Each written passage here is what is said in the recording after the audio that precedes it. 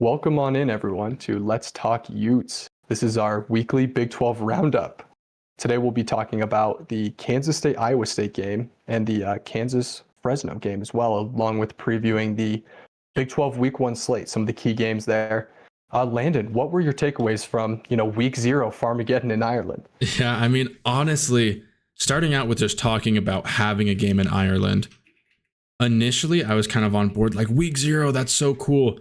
But then thinking about it more, I heard on a different podcast where it's like, man, this could have been like a late November, like Kansas State home game with like potentially a lot of conference, a lot of different, it can influence the shape of the Big 12 a ton. And I'm like, dang, I'm kind of sad that we lost that actually. Like having this game Week 0, I almost feels like adds more random luck and chance into it. It reduces the meaning slightly. Like it was a super cool game, but I do kind of feel sad that we missed having this matchup, in late November for the Big 12, who's going to make it into the Big 12. But getting to the actual game, a lot of people are saying, oh, these teams look like garbage. Like, oh, these are two teams that are barely going to make a bowl game. And I think it's just too early to tell that. Week 0 in Ireland on a trash field, raining super hard to start the game. On Kansas State side, maybe their best offensive player maybe even better than Avery Johnson, Dylan Edwards, gets injured on literally the first time he touches the ball. It was such an interesting game. In the first half, it was extremely messy, but both teams really picked up their level of play in the second half. And, I'll leave some of the other analysis to you guys, but my main thoughts are don't judge either of these teams too harshly or too favorably based on Week 0. I mean, I think the main takeaway from me is college football's back. Like, how great is it to be able to watch a college football game on a Saturday morning? It was excellent. I mean, one of the highlights of the week for sure. Obviously, I wish the game was a little bit better. I mean, it was a sloppy game in the first half. Lyman hit on the head. Like the rain really, really affected these teams, especially the quarterback play. There was some pretty bad passing and obviously some drop passes. That was like, what are we doing? Come on, guys, that's hitting right in your hands. You got to catch that. But my main takeaway for this game is like these teams are good. Like they're not, I don't know, like they firmly kind of like cemented themselves in like the tier that we kind of thought they were. Kansas State maybe dropped a little bit, like Iowa State maybe went up a little bit, but like they kind of stayed exactly where I thought they were. I mean, Rocco Becht, it was interesting. There's moments where it's like he looked so much better than Avery Johnson and vice versa. Like Avery Johnson looked so much better than Rocco Becht. It was such a weird dynamic. As soon as Kansas State, like, hey, we have a running quarterback, let's let this kid run. Like the game changed in my mind. But they just did it so late in the game. And then, the key thing in Kansas State is that they were just sloppy. There was a lot of missed opportunities for them to succeed. And Kansas State, Iowa State kind of just jumped on it. It was interesting. I really wish the game was played later on the season, like Landon said. I mean, this is Farmageddon of all rivalry games. This is like one of the American games. So it's interesting to have it in Ireland, especially Week 0. Like Landon hit on the head with that. It's like the Big 12 implications could mean so much more if it was a little bit later. So that's interesting. I'd rather have like a non-con game probably in Ireland going forward. Just a fun, like, oh, this is like, doesn't have too much implications into conference play. That's why I think Notre Dame's such an awesome pick for Ireland games. So I'm obviously fighting Irish, it just works out perfectly. But it was a fun game. I hope it continue this tradition of Week 0 in Ireland, but I hope it's a little bit different. They kind of change up how they handle it. I think to echo what you guys said, the first half was super sloppy. I don't know how much to attribute that to the rain. And, obviously it's Week 0. It's a week earlier than everyone else is playing. So, I don't know that I take too much away from it. Watching in real time, I was like, oh yeah, like I should have been expecting more sloppiness because of how early it is. And, traveling literally not even across a country, across, the ocean to a different country to play a game.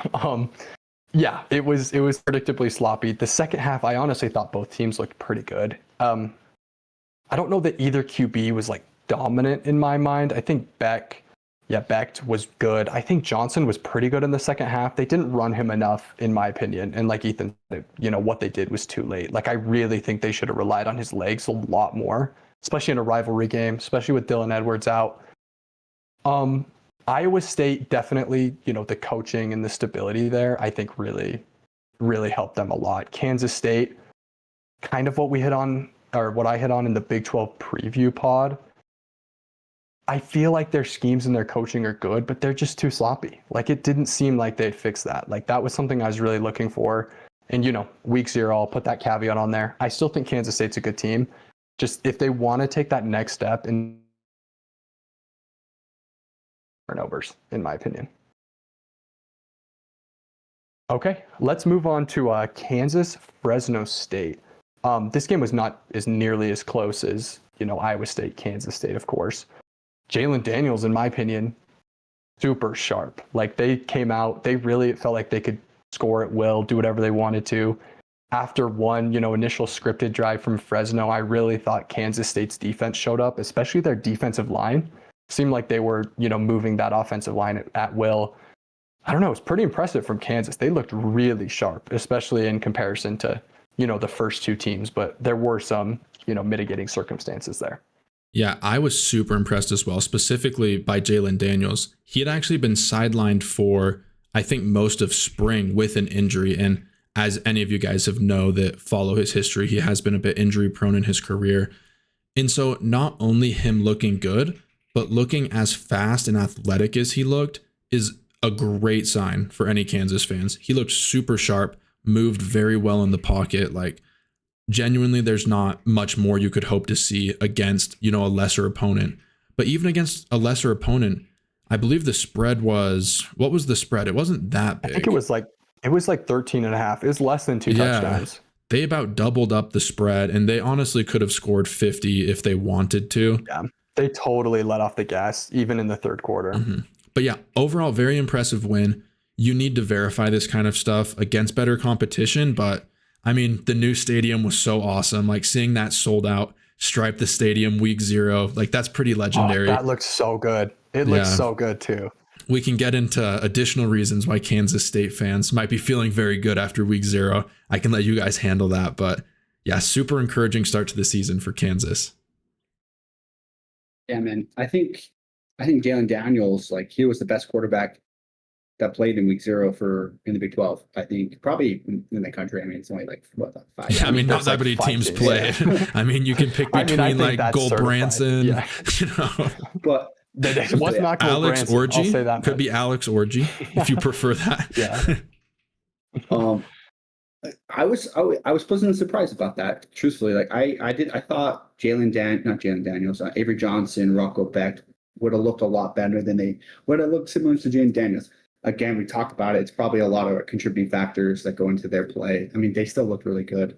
And Avery Johnson's scouting stats look awesome, but Jalen Daniels just looked really sharp. He looked like a 7-year player out there, which I think he is. And so yeah, he is. Yeah, and sophomore Jalen Daniels to you. So yes.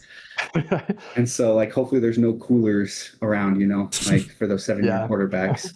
So clear the Gatorade off the sideline. Yeah, but I think one of my biggest standouts for them is honestly their transfer receiving core really looked good. Like, again, it's Fresno State, so it's like, how much can you take this in? But I don't think Fresno State's like a bad Mountain West team. I think they're like middle of the road. At least I don't know. Like they could be absolutely terrible, or they could be the best Big 12 team. That no Mountain West team, who knows? But I think the additions that Kansas had from the transfer portal, they played really well. And then obviously a healthy Jalen Daniels is good for football. And if he can stay healthy, Kansas can be pretty dang good. I think Tanner's like surprise pick might actually pan out if Jalen Daniels. They looked as good as they did in week 0. Yeah, that's right. They were in my surprise pick. I mean, imagine being a Kansas fan this weekend. Your rival loses a game in Ireland that they sold a home game for. Their quarterback's brother and father filmed on social media fighting. You're opening your new stadium. You blow out a Mountain West team. Get a huge donation from your biggest donor. I mean, I mean, is it best week 0 in history? Maybe. I was about to say the same thing. I think this has to be the best week 0 in the history of college football for Kansas. Like, they're the week 0 champions. Like, I don't know what could possibly have gone better. Yeah. Yeah. Okay, let's transition from talking about the week 0 games to the week 1 games. We'll give, quick thoughts on the biggest games, going into the week 1 slate. We're not going to cover every Big 12 games, just the ones against other Power 5 teams. No, I don't know that anyone wants to hear in-depth previews about Big 12 teams versus FCS. So let's start with Nebraska at Cincinnati. I mean, this really should read Cincinnati at Nebraska, in my opinion, because they sold the game to Arrowhead. I mean, I'd be stunned if it wasn't 80% Nebraska fans there. What do you guys think about this game, Nebraska at Cincinnati?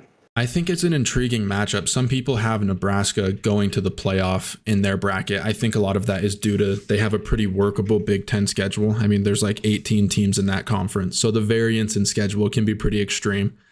I do think that Nebraska is going to pick up the win here. I just think overall they have a bit more talent than Cincinnati. I'll be interested to see how Baron Morton's for the Cincinnati. Baron Morton's Texas Tech. Brendan Sorsby. Yeah, I knew something was wrong. I said that and I was like, that doesn't sound right. It's Brendan Sorsby. Yeah. I'll be interested to see how he develops with another year. Dylan Raiola as well, obviously, is probably the headline story. Year 2, Dylan Raiola kind of got thrown in as a true freshman, was disappointing in a lot of aspects, but yeah, we'll see how it develops. I mean, it's Patrick Mahomes Jr. playing at Arrowhead. I mean, it's probably going to be great. I mean, that's my big takeaway. Like, how's the quarterback play going to be? Like, I think both are second-year starters. I don't know about Sorsby. I think Sorsby's third year. He's been maybe around. A junior. I just don't know if he started his freshman year. Maybe not then. But I can't remember. I think this is only a second year starting. That's just my thought. Yeah, like that's my big takeaway. Like that's probably who takes that big jump. My bet is on Raiola. Just the pedigree that he has. I mean, it'd be kind of weird not to bet on that. Him playing a little better, and I do think Nebraska is the better team. I would probably take Nebraska here, and I wonder what the line is because that'd be an interesting. Nebraska -7, so touchdown line. I did just check, and Sorsby did play in 20. This is his third year starting. Okay, so. But I still think that jump, it'll be interesting to see kind of like who makes that big leap. If Raiola can make that big year 2 leap, Nebraska could be interesting. I do think there is some upset potential here because I feel like Nebraska, like the expectations are always big there, whether that's fair or not. I almost feel like Cincinnati can just, it's going to be majority Nebraska fans, like what I think I've heard, maybe Cincinnati fans showed. I hope they do. That'd be fantastic. But I don't know. I kind of think that there's a chance there if for an upset, someone playing with, nothing to lose, where Nebraska, maybe the weight of preseason expectations gets to them. They are a young team, so I wouldn't be shocked by that. But yeah, I think I'll go Nebraska just slightly. I think I trust their overall talent a little bit more. Yeah, I think Nebraska definitely. I think at least they covered. I think they win. I don't know if it's by 7 or more, but I think they covered. Okay, let's move on to the next big game. Auburn at Baylor. I honestly think this is a huge game for both teams. What do you think, Landon? Yeah, this is absolutely critical. I would say there's more pressure on Auburn and Hugh Freeze specifically, because if they lose this game, that almost is going to just completely suck the air out of their season before SEC play even starts. Like, you have to think of it from the Auburn perspective. They're like, I don't know, man, Hugh Freeze, we've been mid the last few years, even though we've been recruiting at a good level. We have Jackson Arnold. We have a great wide receiver room. We should be able to be more physical than Baylor. But if you go down to Waco and take a loss there, that's going to be really painful for Auburn fans because it's almost like, well, if you can't beat Baylor, you're not making the SEC championship. You're not making the playoffs in an at-large bid. For Baylor, though, it's interesting. I do think that this is a big game for them, but at the same time, I do think that their goal is more focused on winning the Big 12. So obviously they're going to be gunning for this game, but I think it's never acceptable. No team ever wants to lose. I think it would be more acceptable for Baylor to lose. They would be able to bounce back, I think, but I think it's going to be an extremely interesting matchup. Sawyer Robertson versus Jackson Arnold. It's going to be a great test for both of these teams, and I feel like we're going to learn a ton. Yeah, I mean, there's not much to add from what Landon said. I mean, Sawyer Robertson, this is probably another one of those quarterbacks that maybe will hit that big leap this year. He's probably one of my favorites in the Big 12. I think he has the potential to be one of the better quarterbacks in the country and in this conference. And so it'll be interesting to see how he plays. I mean, probably the big question mark is, does Baylor's defense look any better? I mean, Auburn's a good test for that. Does Aranda get him back into shape? Which, if that's the case, like if they show out against Auburn, like, hey, like Baylor might be a true contender in the Big 12, which I think a lot of people would be excited for. Yeah, I really have no strong feel on this game. I just feel like there's too much up in the air on both sides. I expect that Baylor will have a really good offense. I think a little bit higher level talent overall, but I don't know. I don't know that I'm sold on Jackson Arnold. It feels like a lot of the news coming out of Auburn is, I mean, they're not exactly raving about him, let's say. But they do have an elite wide receiver room. I mean, it could potentially be the second best in the entire country behind Ohio State, of course. I mean, they got some dogs there. Cam Coleman, Eric Singleton. Those are two like elite receivers. Like those are two receivers that could go in the first round of the NFL draft. Like that is talent right there. I think I'm going to go Baylor here. I think that I trust Robertson a bit more. I do think Aranda will be able to, it makes some improvements on the defense. Whether they're like a really top tier unit, I'm not sure about that.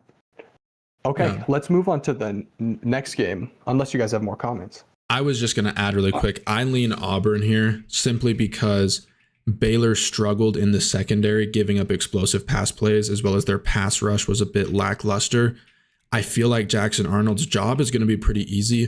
And then just having those athletes on defense, I do think that Auburn will be able to. I don't think that Baylor's going to hang like 40 on them, And so I think with probably a better line of scrimmage overall than Baylor, as well as just having those great receivers versus secondary that was not good last year, I lean Auburn here a little bit, but yeah, it's going to be close, I think.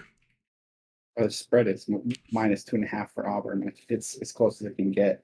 And so, I mean, I think this has a lot of implications for the Big 12. If Baylor can go out there and make a statement against Auburn, it kind of helps the Big 12 a lot. So, I mean, if you're a Big 12 fan, which you probably are watching this, you're probably rooting for Baylor. But I do think Auburn will probably end up winning this one personally.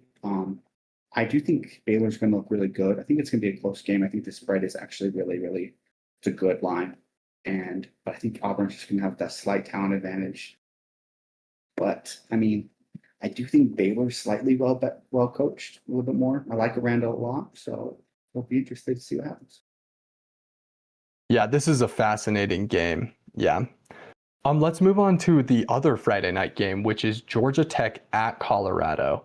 Of course, I'm super excited for this one. These teams are both known for, splitting a natty one year that they both claim. So maybe, winner this one gets it. This is one that I do have a strong feel on. I think Georgia Tech is going to run all over Colorado, to be honest. I think that the line is still good. I think that they do have, some positive things, but I'm just not this narrative that you can lose the Heisman winner, Travis Hunter, who was an elite talent, that you can lose Shedeur Sanders, who I think was probably a first round talent at quarterback that, other things held him back. I'm just not convinced that you can lose talent like that and still not take a step back or even be the same as you were last year. I think Georgia Tech on the flip side, Haynes King, I think is the most underrated quarterback in the country. Jamal Haynes at running back is a dog. They have really good wide receivers. Former offensive lineman, he knows how to coach those guys. Defensive backs, tons of talent infusion for Georgia Tech. I don't know. I kind of think Georgia Tech is going to handle Colorado. That's my lean on it right now. I agree with you. Yeah, I think Colorado gets some additional respect, having Dion there. People kind of trust him, and people are focusing a lot on the quarterback competition with Caden Salter, Juju Lewis. They still haven't chosen a starter as far as I'm aware. And the game is in like 4 days. I think it's going to be Salter. It has to be. Like, I think so if as you have well. a guy with experience, there's no reason to throw Juju Lewis out there right away. Yeah, it's intriguing. I feel like if this team wasn't Colorado, though, just looking at the talent profile and what they lost, Georgia Tech would be like a 10, 12 point favorite, truthfully. I understand it is at Colorado, which gives them a little bit of an edge there, but I do just think Georgia Tech is a better built team, and they're a team with a lot of experience. I just think it's going to be too much for Colorado to handle. I've got Georgia Tech winning and covering in this game, truthfully. Yeah, I'm in the same boat. I do think Georgia Tech will win this game, but I'll play like a little bit of devil's advocate from Colorado here. I mean, the elevation difference is going to be a big play. I hate to be that guy, but I mean, Colorado to Georgia is it's a big extreme. Yeah, that's very true. And it's hard to play. I mean, it's going to be interesting though. It's one of the biggest questions. How much has Dion played a role in this offseason so far? Because his health is a concern, and I think that's going to be interesting because I mean, I think Dion's a good coach. I don't think he's elite by any means, but I think he's turned around this program big time, and he's one of, if not the main reason that there is any turnaround for Colorado. There's big concerns, obviously, quarterback losing Shadur Sanders, and then obviously the Heisman winner of Travis Hunter that is going to be so hard to replace.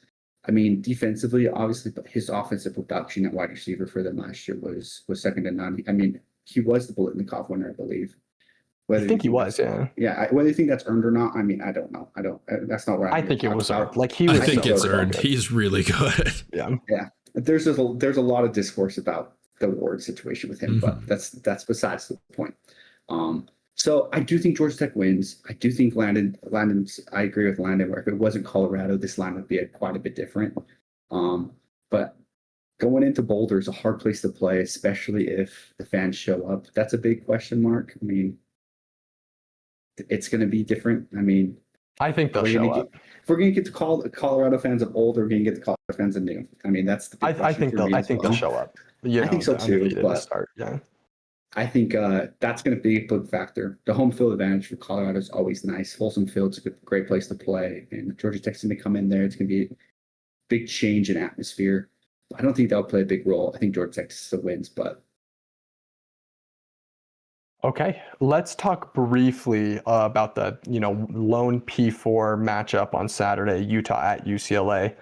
We're going to cover this more thoroughly in a different longer video, but maybe we can just give our quick takes really quick here on Utah at UCLA, late game on Fox. Yeah, I mean, so much is unknown in this matchup. Utah is replacing pretty much their whole offense. UCLA is replacing pretty much their whole team on both sides of the ball. UCLA wasn't a great team last year. Utah wasn't a great team last year. It really is just which team can gel and which team's going to be able to put it together this season. Yeah, it's like, will Jason Beck have an offense that can actually score some points? Will the defense be as good as they have been for Utah? I mean, how does Nico look in a new system? I mean, UCLA with just there's so many question marks there. So both teams, like Lyman said, so be interested to see. Obviously, like we're going to go into some more details, so I don't want to talk too much, but 9 p.m. start for Mountain Time is rough. It's way too late, dude. Yeah. 11 p.m. Eastern Time start? That's ridiculous. That's diabolical. 11 p.m. the game is starting. Yeah. It's actually 12 after dark. That's Eastern Time. Like genuinely. That is so bad. Bro, and knowing Fox, they won't start till 9:30. Yeah, seriously. Yeah, to echo, Ethan and Landon's points, I think that this is a matchup with a lot unknown. Really, the only known in this matchup to me is Utah's defense. And I think that Utah's defense, it's probably going to carry them through. I expect kind of a slowish start for the offense, like not like it was last year, of course, better than that. But, when you have this much new, are they going to click right away? I think it maybe takes them a game or two. But I still think Utah. I'm leaning Utah this one.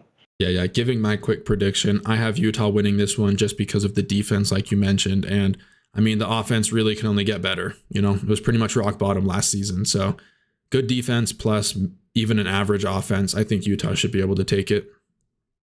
Ditto. Okay, last big matchup here. TCU traveling to North Carolina on Monday to play, you know, new North Carolina squad with Bill Belichick. What are your guys' initial read on this game?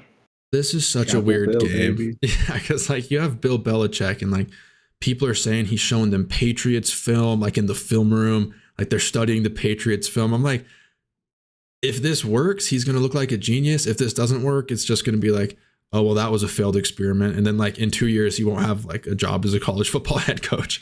It's just so much variance. Like I truly have no idea the read on this game. I think TCU will win. I like Josh Hoover. I think TCU just has a solid team overall if they can clean up that defense a little bit. But it's just so strange. Like you're going to see Bill Belichick on the sideline of a college football game. It's just so weird. North Carolina of all places. Like it's such an interesting match. I don't know. I think North Carolina is such an interesting team, man. I mean, obviously got Bill Belichick, but like they've always been so bad, but also so okay. And like, is the Bill Belichick hire gonna like change that? Like, I mean, like Gio Lopez, that's their starter, right? Yeah, I believe so. I think so, yeah. He's pretty decent. Like, I think he could be pretty good. And I think under like, I mean, Bill Belichick, the head coach for the greatest quarterback of all time, Tom Brady, is something like, hey, what if he taps into something here, man? It'd be kind of interesting. But we'll see. I like TCU a lot. I think they're one of those teams where it's like they could really make some noise in the Big 12. Like if everything goes well, they do have a tougher schedule, but getting to that big test in Chapel Hill against North Carolina week 1 is going to be a good start to them. Like a -3 is an interesting line. I think it's not as close. I do think TCU is quite a bit better than this team, but I think the unknown with Bill Belichick at North Carolina is kind of where a lot of this comes into play, in my mind. I just think it's so funny, the dynamic of going from 73-year-old Mac Brown, year old Bill Belichick. It's like the Yeah. hiring is just like they're only hiring dudes in their 70s. I just think that is so funny to me. Sounds like the United States government. Yeah, seriously. Yeah, have him run for president next. Yeah. Yeah, honestly, like I think I lean TCU here. I kind of think that this is going to be like a Belichick, like welcome to college football moment to like see how different it is. Because I think that we saw Frank Reich, coaching Hawaii for 1 year. Coaching Stanford, sorry, playing Hawaii.